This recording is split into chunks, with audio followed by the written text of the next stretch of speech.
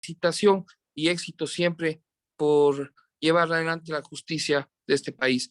Un abrazo a todos ustedes, saludos estimados alcaldes, alcaldesas, concejales, procuradores síndicos, a mi equipo jurídico Jaime Morán, y todos sean bienvenidos en esta tarde para poder conversar.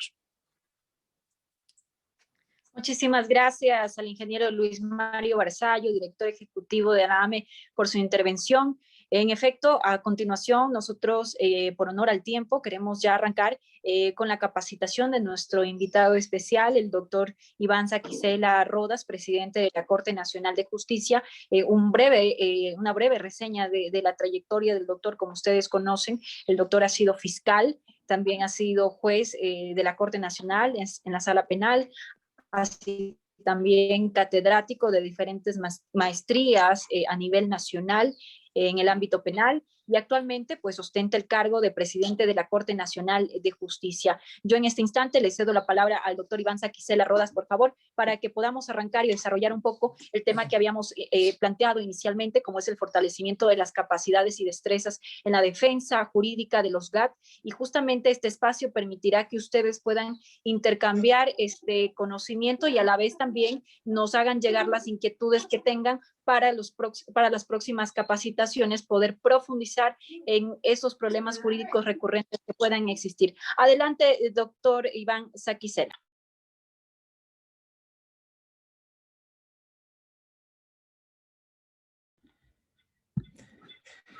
Buenas tardes. En primer lugar, quiero agradecer la invitación que se me ha hecho por parte de la Asociación de Municipalidades del Ecuador. Quiero saludar a las autoridades de la AME, a su director ejecutivo, al presidente de la AME, el señor doctor Luis Mario Barzallo, y también al ingeniero Raúl Delgado, presidente de la Asociación de Municipalidades del Ecuador.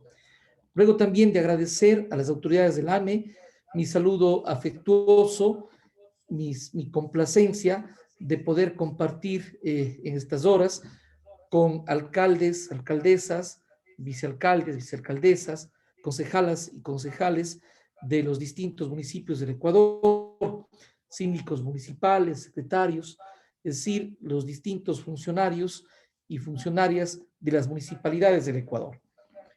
Yo quiero empezar manifestando que para nosotros es motivo de profunda complacencia el poder compartir con ustedes. Quizá hay dos razones fundamentales. La primera, porque soy una de las personas que creo profundamente en la democracia a través de los gobiernos locales. Es decir, una democracia más cercana al territorio, una democracia más cercana a los ciudadanos y a las ciudadanas. Esto como un concepto de carácter general. Pero además, tuve la oportunidad hace algunos años de ser concejal de Cuenca, presidente ocasional del Consejo Cantonal, vicealcalde de la ciudad de Cuenca, y como tal, ser parte de un gobierno local y tener la muy rica experiencia de lo que es servir a través de un gobierno local. Toda la lucha por la autonomía municipal, todo lo que significa el concepto de los gobiernos autónomos descentralizados. Así es que estas razones, como concepto general y también como experiencia personal, me hace sentir con mucha complacencia y me hace sentir muy bien entre ustedes, hombres y mujeres del municipalismo del Ecuador. Luego de esto, yo quiero empezar a manera de introducción a referirnos a cuáles son los temas que van a ser el motivo de estos diálogos, de estas capacitaciones. El día de hoy vamos a trabajar lo que tiene que ver con el recurso de casación, porque ya en la práctica nosotros tenemos que penosamente, para seguramente después de haber pasado ya en la práctica profesional, en la litigación, a ustedes como gobiernos locales, que quizá no hayan podido tener el éxito que aspiraban en un recurso de casación. De modo tal que esta capacitación no pretende ser solamente teórico-conceptual, sino tratar ciertos aspectos desde un punto de vista pragmático para que, en definitiva, ustedes como gobiernos locales puedan tener más éxito, se encuentren más fortalecidos en el trabajo de la defensa judicial, de la defensa jurídica de sus instituciones. Quiero empezar este tema planteando de la siguiente manera. El sistema jurídico de un Estado se suele dividir en instancias y también en un momento excepcional que es el recurso de casación. En el Ecuador, cuando existía la Corte Suprema de Justicia, hasta el año de 1993, en el Ecuador lo que existían son 3 instancias. ¿Qué quiere decir esto? Quiere decir que en un caso sometido al conocimiento de los jueces, se debía resolver en primer lugar ante el juez de primer nivel. Por citar un ejemplo, en materia civil, ante el juez de lo civil de determinado cantón. Luego, una segunda instancia, es decir, la posibilidad de impugnar la resolución del juez de primer nivel ante los jueces de la Corte Provincial, es decir, vía apelación. Y finalmente existía una tercera instancia, que cabalmente se denominaba en el viejo Código de Procedimiento Civil el recurso de tercera instancia, el cual era de competencia exclusiva y excluyente de la Corte Suprema de Justicia. A partir del año 1993, en el Ecuador surgió una Corte de Casación. Se expidió la Ley de Casación y con ello hubo un cambio preponderante, un cambio fundamental en el sistema jurídico ecuatoriano. ¿En qué consiste este cambio? Que ya no existen, como hasta aquel entonces, antes de la vigencia de la Ley de Casación, 3 instancias, sino solamente 2 instancias. Es obvio entender, primera instancia a cargo de los jueces de primer nivel y segunda instancia a cargo de los jueces de las Cortes Provinciales, con excepción de una materia que seguramente es lo más recurrente en el trabajo de ustedes, que es la materia contencioso-administrativa, porque la materia contencioso-administrativa siempre ha tenido un tratamiento especial por tratarse de un conflicto jurídico entre los administrados y el Estado. Por lo tanto, en materia contencioso-administrativa y tributaria, quizá ustedes más tienen lo administrativo, ha sido una sola instancia, más el recurso de casación.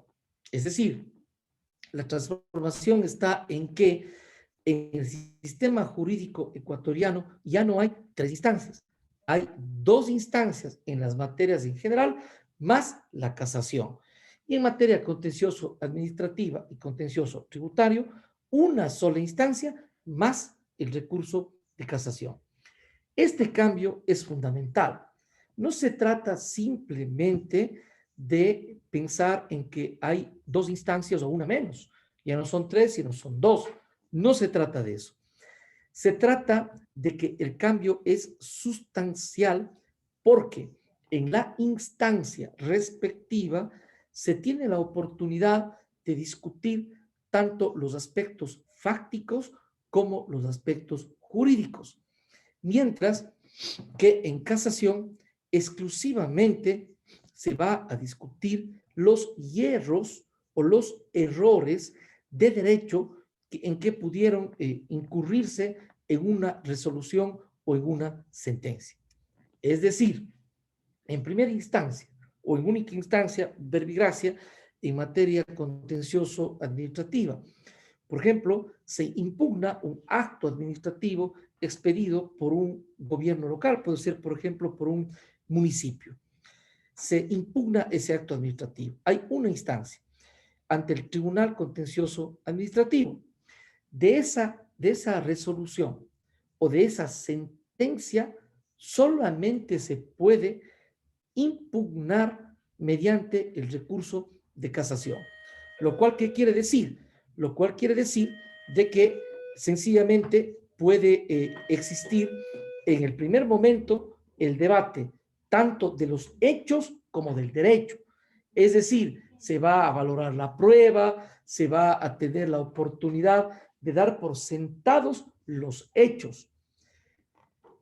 Y también hay la posibilidad de discutir ampliamente el derecho. Esto en instancia. Sin embargo, en casación ya se dan por sentados los hechos. Es decir, a casación se llega dado determinados los hechos por el juez y lo único que se va a discutir son los problemas estrictamente de derecho o jurídicos. ¿Cuál es la diferencia entre la instancia y la casación? La instancia es un momento procesal en donde se puede discutir y valorar la prueba. Es decir, recordemos que siempre a un proceso se lleva un relato fáctico. Siempre a un proceso se lleva hechos. Eso es lo que se lleva a un proceso. Se suele decir una suerte de historia o una suerte de teoría del caso. Yo como litigante voy a llevar al juez esto fue lo que sucedió, esto fue lo que pasó, esta es mi teoría. Y de la otra parte, naturalmente, se va a presentar otra teoría, es decir, hay otro relato fáctico, existe una suerte de controversia de relatos fácticos. ¿Cómo el juez va a dar por ciertos los hechos? No existe otra manera, sino con los medios de prueba. Que recordemos el medio de prueba testimonial, el medio de prueba pericial y el medio de prueba documental. Sobre la base de los medios de prueba que se incorporan en instancia, los jueces van a valorar la prueba. Naturalmente van a valorarla con los preceptos jurídicos y reglas que hay para valorar la prueba. Y entonces, una vez que se valora la prueba, los jueces dan por verdaderos ciertos hechos. Esos hechos en controversia según el COGEP. En materia penal, los hechos que son objeto del proceso penal, un presunto delito. Es decir, esos hechos los jueces dan por verdaderos sobre la base de la valoración probatoria que realicen. Muy bien, una vez que se han dado por sentados los hechos, ahora es necesario el proceso de subsunción. Esto quiere decir subsumir los hechos en el derecho. Recordemos que siempre hay un reto del juzgador. El primer reto, dar por ciertos los hechos. La única manera, porque no puede haber juicios de valor, no puede haber especulación, la única manera a través de valorar la prueba. Y se dan por sentados los hechos, primer reto del juez. El segundo, cuando ya hay unos hechos dados por probados, se han dado por sentados, ¿qué es lo que tiene que hacer el juez? Tiene que aplicar las normas jurídicas que son pertinentes a esos hechos probados. Eso se llama el proceso de subsunción. El hecho se adecua en el derecho. Ese es el proceso de subsunción. Es la aplicación de las normas jurídicas a los hechos dados por probados. Dicho sea de paso, el artículo 76, numeral 7, literal L de la Constitución del Ecuador, es muy clara esta norma al determinar el deber de motivar de los jueces. ¿Qué establece la norma? ¿Qué preceptúa? La norma establece que la motivación no es otra cosa que invocar las normas jurídicas o principios en que se funda la resolución o fallo y explicar la pertinencia de aplicación a los antecedentes de hecho. Eso es lo que establece la norma constitucional. Es lo que he manifestado. Primero, los hechos probados a través de la valoración probatoria. Dos, voy a aplicar las normas jurídicas a los hechos probados. Es decir, voy a enunciar los principios o normas jurídicas en que el juez funda su fallo o resolución y explica la pertinencia, es decir, por qué esas normas jurídicas son aplicables a esos hechos. Muy bien, ¿por qué esta explicación? Porque en primera instancia se van a valorar los hechos Se dan por ciertos los hechos y se aplica el derecho. En segunda instancia, puede haber exactamente el mismo ejercicio. Es decir, es una nueva oportunidad para revisar ampliamente los hechos y el derecho, pero en casación no. En casación no hay una nueva valoración de la prueba. En casación está proscrito en términos generales, luego vamos a ver en el detalle ciertas excepciones y dependiendo de la materia, pero en términos generales, en casación no existe la posibilidad de volver a revisar los hechos y hacer una nueva valoración probatoria. No hay esa posibilidad, sino que la casación, por su naturaleza y de acuerdo o de conformidad, como se encuentra estructurado el sistema jurídico del Ecuador, en casación solamente se va a discutir y se va a determinar si es que existen errores de derecho, exclusivamente errores de derecho. Es decir, habíamos manifestado que los jueces dan por probados ciertos hechos. Estos hechos yo, juez, doy por sentado. Esto fue lo que sucedió. ¿De acuerdo? Claro está, a la valoración probatoria.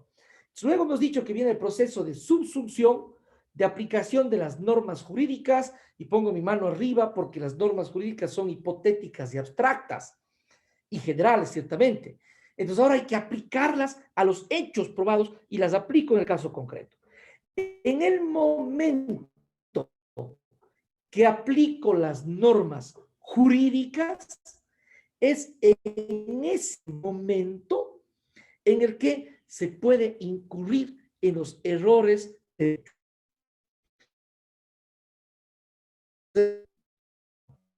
ser injudicando o improcedendo. Esa es una clasificación que se suele hacer en materia de casación. Errores injudicando, que son los errores de derecho en estricto sentido. Es decir, al momento mismo de resolver y aplicar las normas, de resolver el caso, de aplicar la jurisdicción en su sentido más estricto, de aplicar el derecho, ahí se cometen errores. Errores injudicando. O errores improcedendo, es decir, en el procedimiento, en el camino, en las normas de la ritualidad procesal. Porque el derecho se aplica en todo momento. Es decir, el juez no puede ser arbitrario. El juez, en el momento que existe el procesamiento, en el trámite, hay que aplicar normas jurídicas. Tenemos un conjunto de principios, de normas, de reglas procedimentales. Tenemos el Código Orgánico Integral Penal, ahí está la parte procedimental. Tenemos el Código Orgánico General de Procesos, que en suma regula el procedimiento. Entonces, también es posible que en el momento de aplicar las normas a la tramitación de la causa se puedan cometer hierros jurídicos. Esos son los errores improcedendo. En cambio, los errores improcedendo son los errores que se cometen en el momento mismo de resolver la causa, de aplicar el derecho. De modo tal que esto nos debe llevar a una primera reflexión y que yo quiero, permítanme la expresión, conectar con las primeras palabras, con mis primeras expresiones dichas en este respetable auditorio virtual. Manifestamos de que hay que distinguir la instancia de la casación y que estos conceptos debemos tenerles claros para que precisamente podamos fortalecer nuestro trabajo como litigantes y que precisamente podamos observar un mejor trabajo, más técnico, si es que ustedes quieren tener mayor éxito en su trabajo y un trabajo profesional más pulido. Es decir, un primer error que suele cometerse con mucha frecuencia, que es recurrente, es que al no distinguir adecuadamente lo que es una instancia con lo que es la casación, al no hacer una distinción de su naturaleza y una distinción conceptual, entonces suele suceder que fracasa el recurso de casación. Dicho en buen romance, se llega a referir el recurrente en casación a los hechos o pretende de manera explícita o implícita valoración probatoria, y en ese mismo momento está fracasando el recurso de casación. Entonces, esta breve explicación de manifestar que antes de la ley de casación existían 3 instancias y por lo tanto la Corte Suprema de Justicia de aquellos años era de tercera instancia. Hoy la Corte Nacional de Justicia es fundamentalmente de casación. En las demás materias, excepto penal, es de casación. Y en materia penal es casación, revisión y, claro, el conocimiento y sustanciación de las personas procesadas penalmente y que gozan de fuero de Corte Nacional de Justicia. En lo demás, preponderantemente, la Corte Nacional de Justicia es una corte de casación. Es una corte de cierre, en donde lo que se va a debatir es si es que existen errores de derecho. Entonces, esto es fundamental entender la diferencia. Creo que vale la pena destacar que en esto se puede hablar de un ser y un deber ser, porque son aspectos conceptuales y por tanto debatibles. Los conceptos son absolutamente debatibles. Además, son modificables y de hecho han cambiado, son cambiantes y han cambiado. Porque claro, el derecho no es otra cosa que una construcción cultural.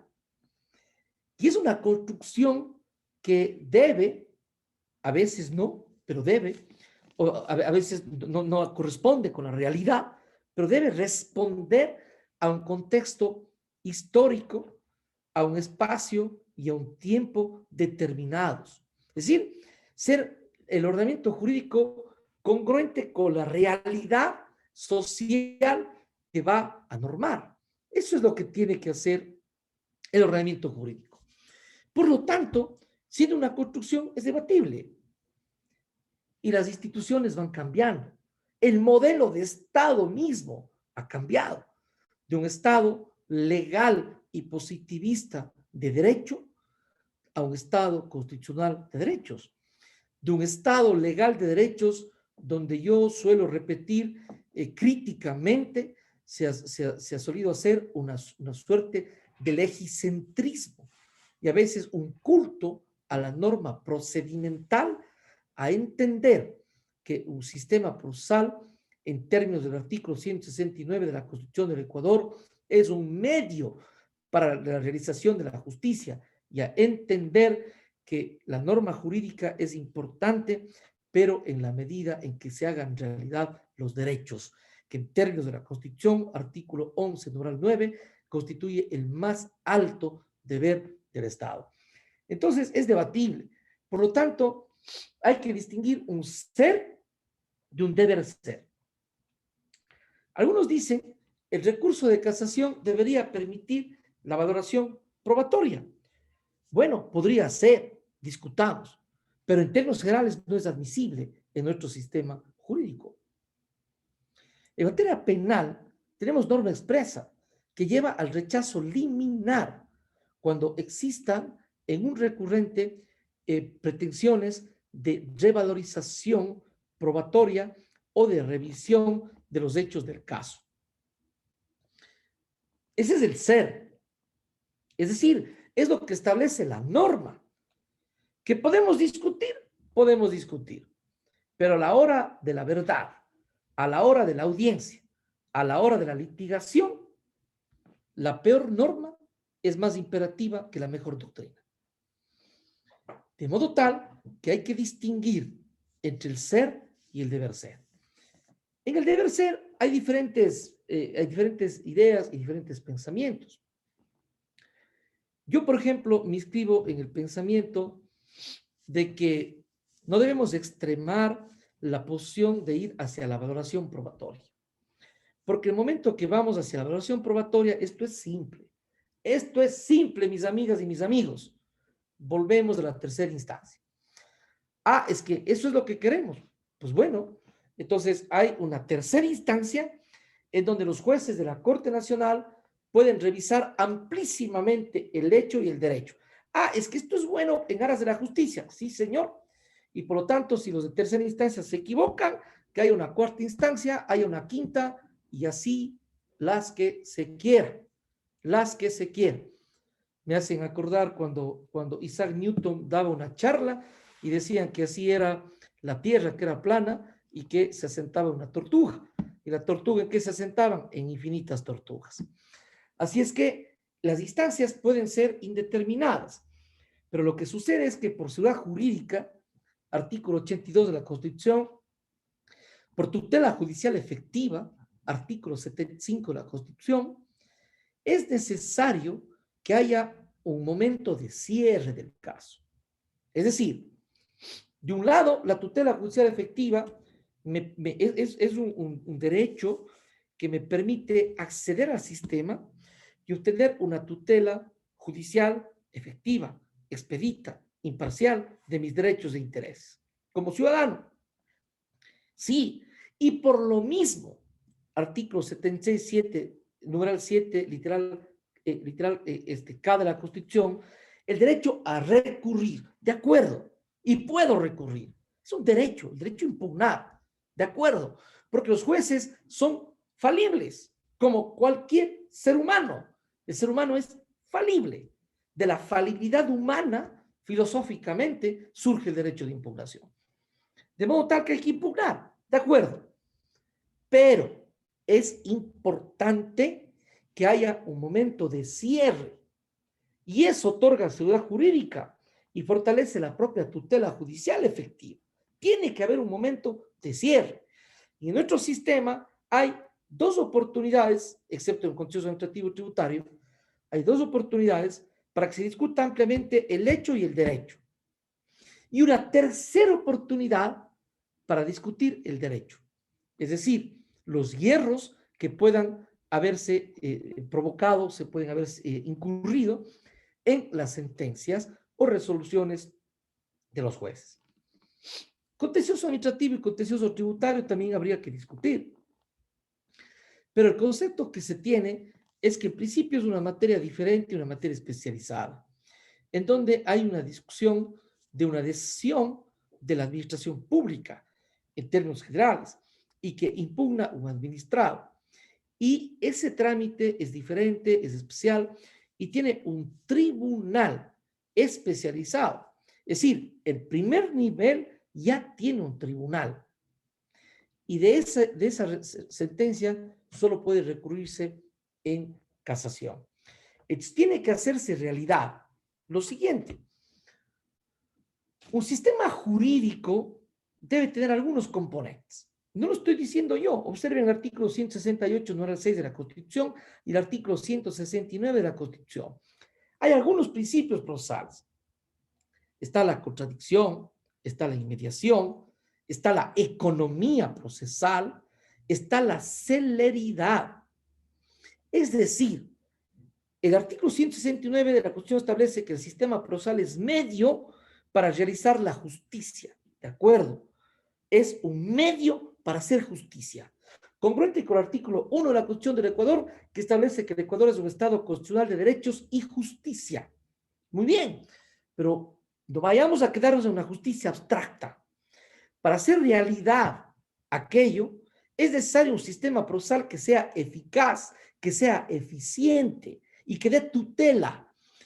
Y en cualquier estado del mundo, un sistema jurídico puede fracasar porque siempre van a ingresar tantas causas, tantos conflictos sociales, y es necesario tener un sistema jurídico que dé respuestas oportunas, eficientes y eficaces. Y así nos acercamos a la justicia, porque lo contrario es muy fácil decir que la justicia es dar a cada uno lo que es suyo. Y Kelsen se preguntaba, ¿y qué es suyo? Fácil decir, la justicia es dar a cada uno lo que es suyo. ¿Y qué es de cada uno? Entonces, por eso, no basta en lo abstracto, sino que el sistema procesal tiene que ser eficaz. Y una de las formas de ser eficaz es que se estructure de tal manera que en unos momentos se discute el hecho y el derecho, en otros momentos estricto derecho, hay posibilidad de un proceso debido, hay posibilidad de la defensa, hay posibilidad de la impugnación, hay posibilidad del doble conforme, pero luego hay una corte de casación que tiene que cerrar. Es una corte de cierre. No hay que pensar solo en abstracto y no hay que pensar solo como litigante o como juez o como fiscal. Yo invito a pensar, cuando de derecho se trata, a tener un pensamiento sistémico. Pensemos, por ejemplo, si todas las sentencias penales, por ejemplo, todas las sentencias penales, condenatorias o ratificatorias del estado de inocencia, no hay un filtro de admisibilidad, todas son casables. Es imposible en cualquier país del mundo dar una respuesta eficiente. Y peor aún, si todos los casos ameritan una revisión íntegra del hecho y del derecho. Y aún así, lo que yo digo es discutible, pero mucha atención, para que no se trata de hacer normas solamente. Se trata de hacer normas que respondan a la realidad y que las normas no sean inoperantes, que estén en obsolescencia o sean inaplicables.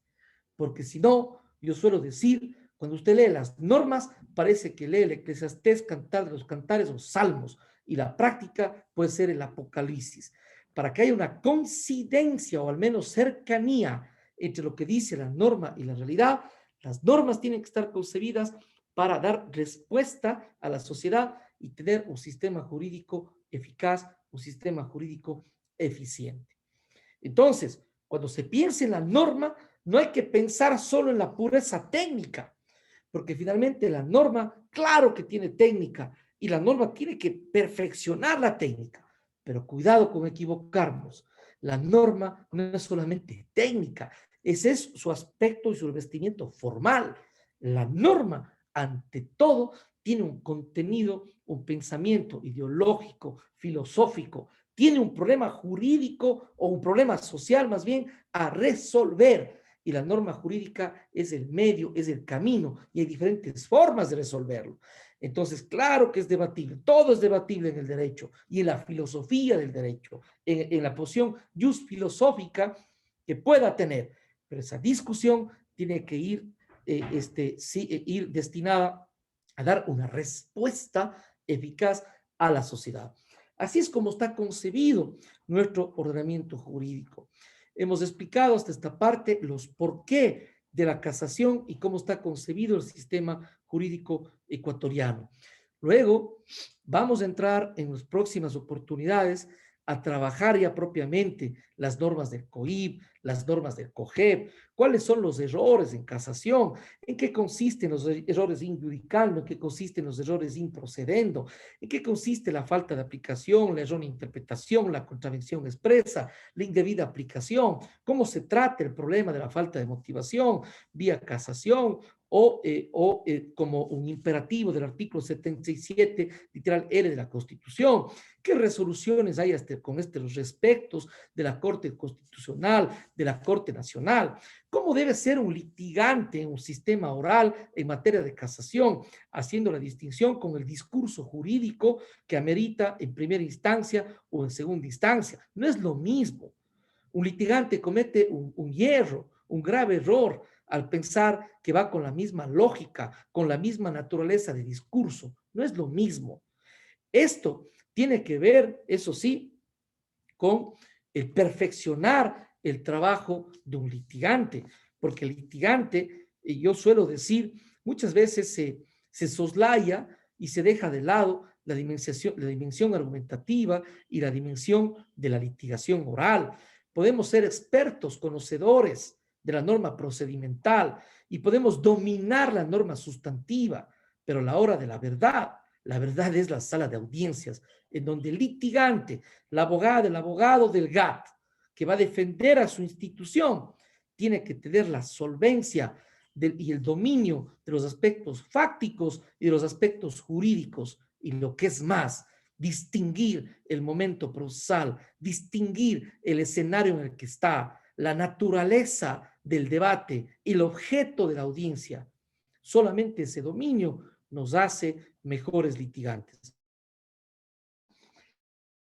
Concluir indicando que nosotros nos comprometimos a dar este curso antes incluso de presidente de la Corte Nacional, y siempre doy maestrías, conferencias, charlas a nivel nacional e internacional.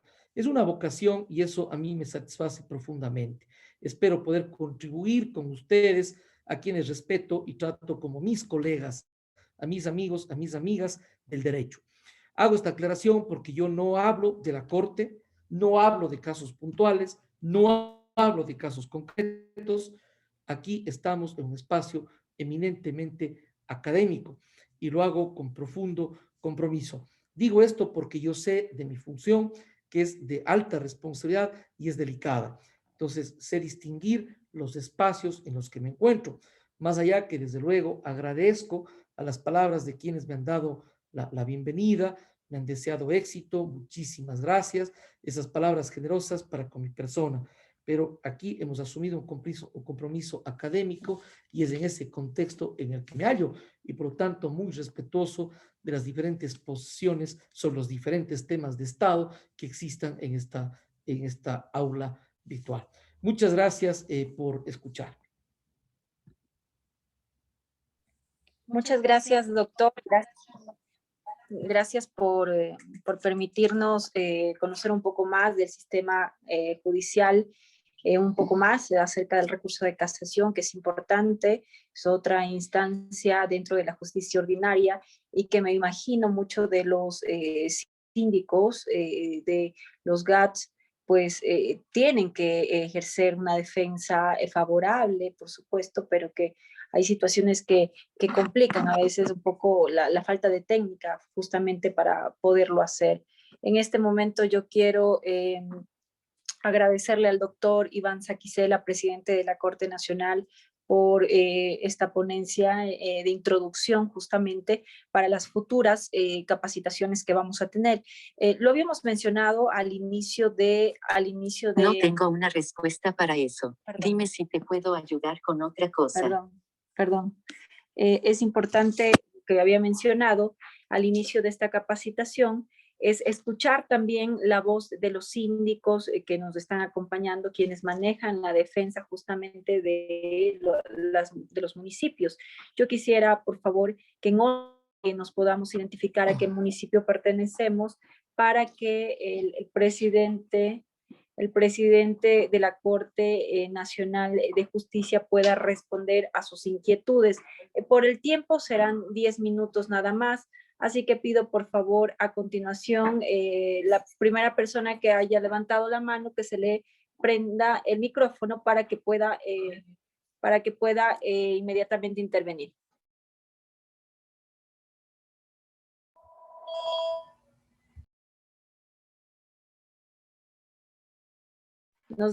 José Saúd.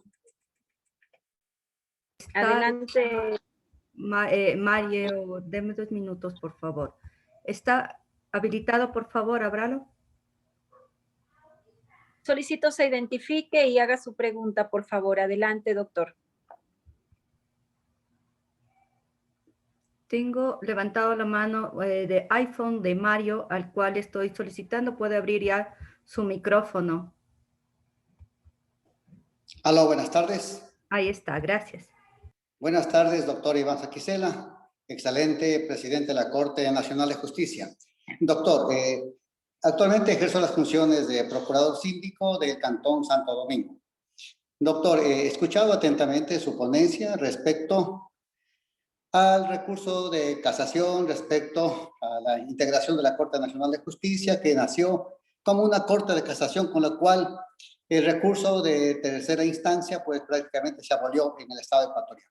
Sin embargo de ello, señor presidente, en la defensa que nosotros hemos hecho en favor de la ciudadanía desde los GAS municipales, personalmente he podido detectar de que uno de los principios básicos de las municipalidades es que el interés general prevalece sobre el interés particular.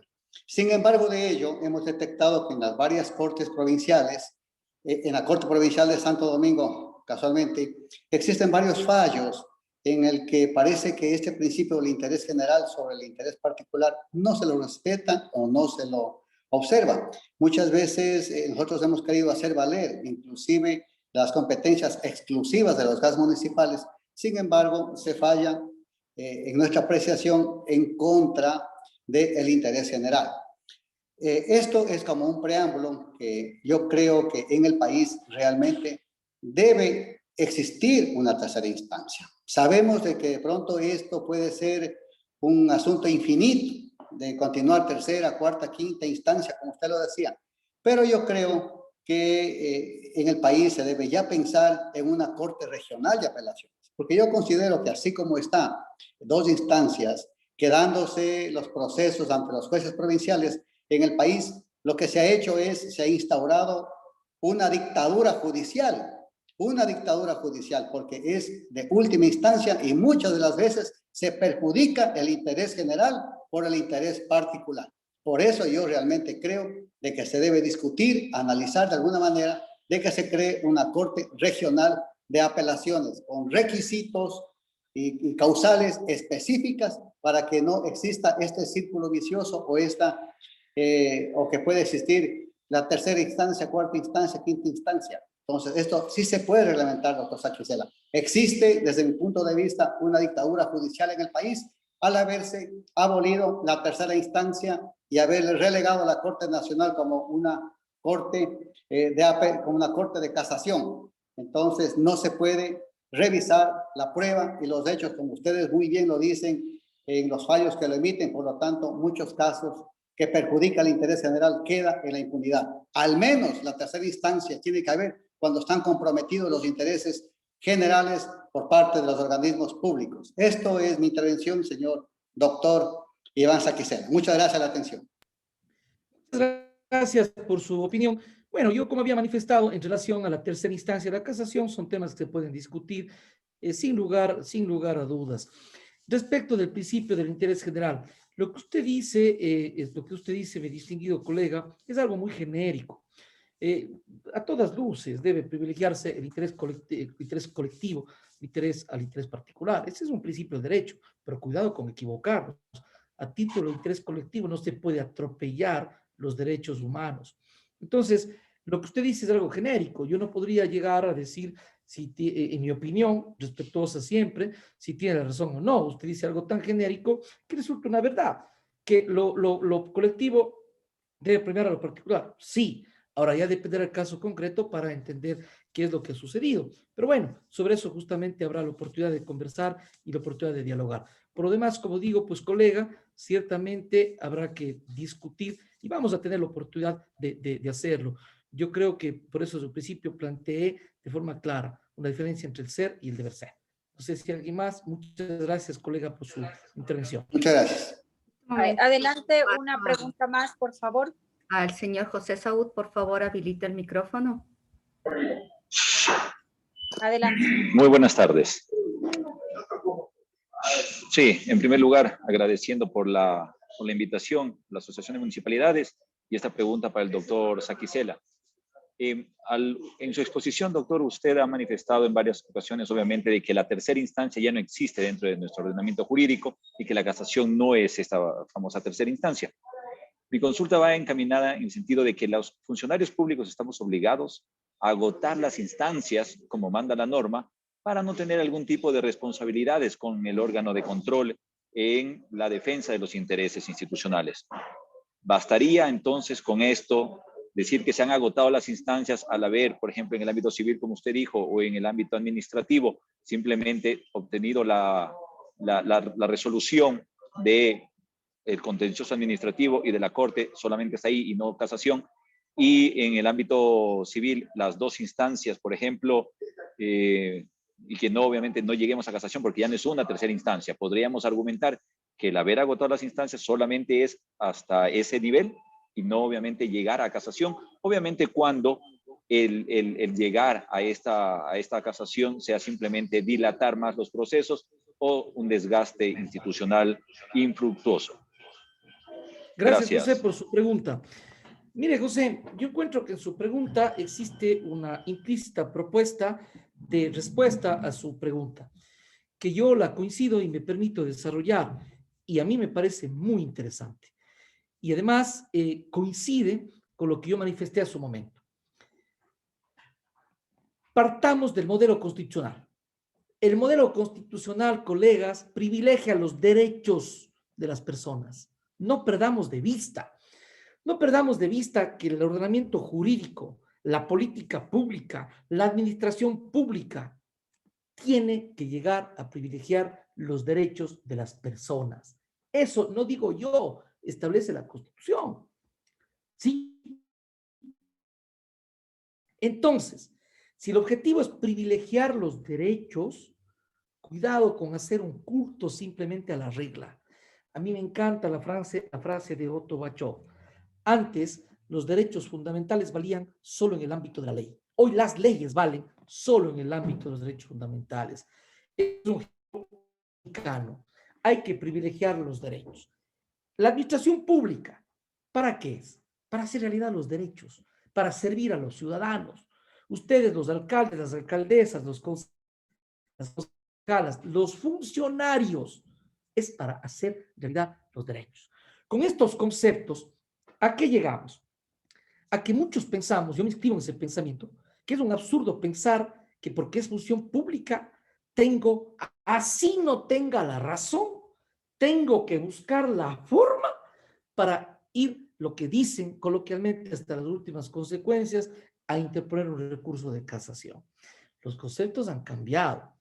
Entonces, usted como funcionario tiene el deber de defender los intereses colectivos y defender a la institución, pero tiene que hacerlo incluso en términos de litigación en buena fe y lealtad procesal. Es decir, no se trata, en mi opinión, de defender por defender. Ese es un tema que vamos a tener la oportunidad de hablar más extendidamente, porque eso pasa en la realidad y sobre eso hay distintos criterios y conceptos. Pero una ventaja de su posición es precisamente esa, que lo que dice es instancia y la casación no es instancia. Nos guste o no la casación. Puede haber gente que no le guste la casación y plantea una tercera instancia. Ese es el deber ser, por favor. El ser, lo que existe hoy, es dos instancias y un recurso de casación. Así es que a mí me parece muy interesante la inquietud que usted plantea, José. Gracias. Muchísimas gracias, doctor, por su intervención y por responder. Si tenemos alguna otra inquietud por parte de quienes están acompañándonos en esta charla, por favor.